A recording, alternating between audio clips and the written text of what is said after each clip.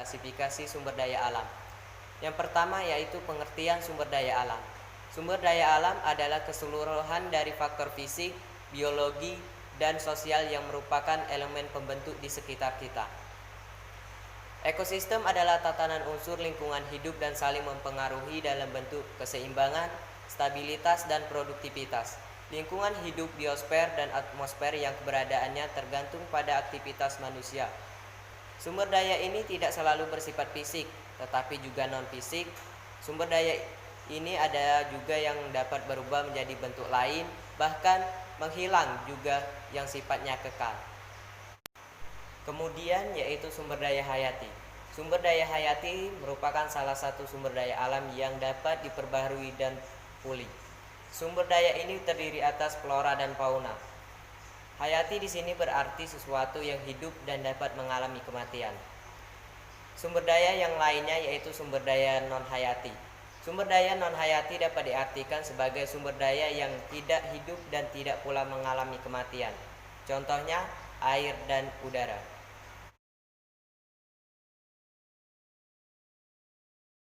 Tentang pengelolaan sumber daya alam Indonesia. Klasifikasi macam-macam jenis sumber daya alam Indonesia. Sumber daya alam Indonesia dapat diklasifikasikan menjadi beberapa jenis, antara lain 1. Berdasarkan jenisnya. A. Sumber daya alam hayati, biotik. Sumber daya alam ini berasal dari makhluk hidup seperti flora, fauna, dan manusia. B. Sumber daya alam non hayati yaitu abiotik, merupakan sumber daya alam bersifat fisik yang merupa benda mati seperti air, tanah, emas, dan tembaga. C. Sumber daya alam yang tidak habis, contohnya udara, matahari, energi pasang surut, dan energi laut. 2. Berdasarkan sifatnya. A. Sumber daya alam yang terbarukan. Sumber daya alam ini merupakan sumber daya alam yang dapat melakukan reproduksi atau perkembangan, contohnya air, tanah, flora, dan fauna. B.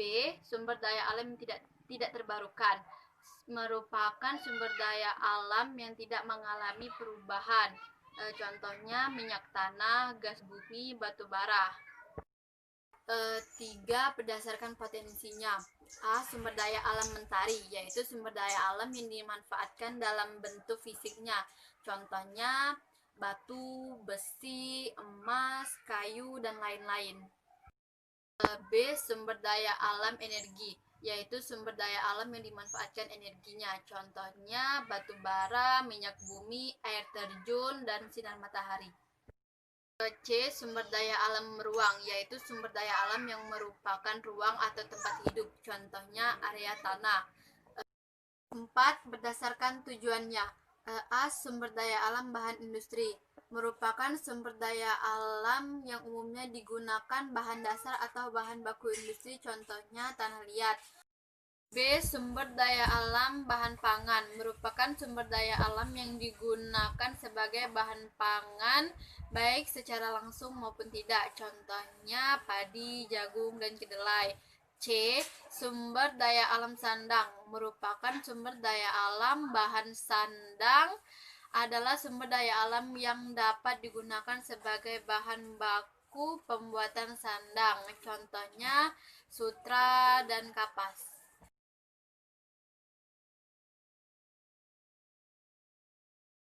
Pemanfaatan sumber daya alam. 1. Bidang pertanian. Bidang pertanian di Indonesia secara umum dapat dibagi dalam dua hal. 1. Bidang pertanian lahan kering dan pertanian lahan basah. Yaitu pertanian lahan kering, yaitu pengolahannya mengandalkan air hujan yang hanya dapat berguna pada saat musim hujan.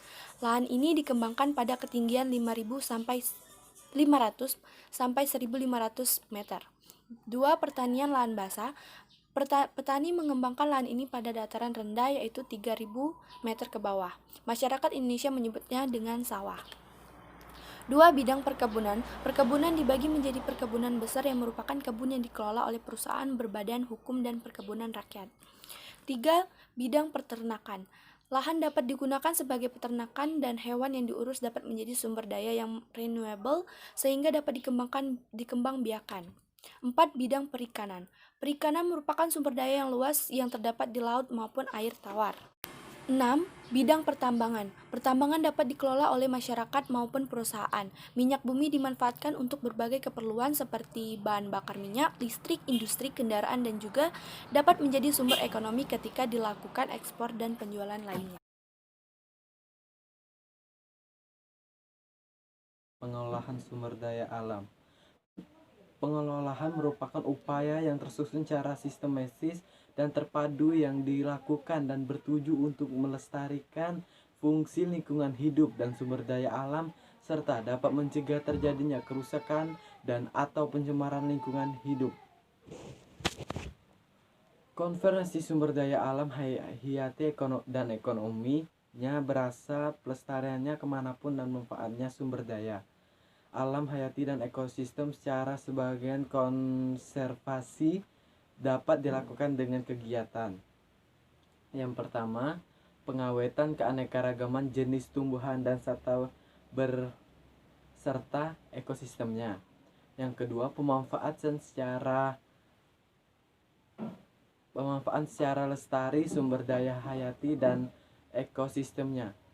Yang ketiga adalah perlindungan terhadap sistem dan penyangga kehidupan. Konvensi sumber daya alam terkait dengan pengolahan lingkungan yang termut dalam UU RI Undang-Undang Republik Indonesia Nomor 32 Tahun 2019.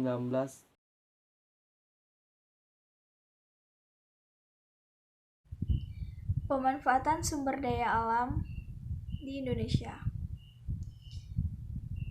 Sumber daya alam sulit dimanfaatkan di Indonesia karena terdapat beberapa hambatan lainnya, yaitu kurangnya tenaga ahli dalam bidang sumber daya alam tertentu, dana yang dibutuhkan untuk memiliki sarana dan prasarana untuk pemanfaatan sumber daya alam terbilang tinggi dan mahal. Perusahaan asing yang mengadakan perjanjian dan kerjasama dapat merugikan. Transportasi ke lokasi pusat sumber daya alam terbatas dikarenakan Indonesia termasuk negara kepulauan yang letaknya tidak berdekatan.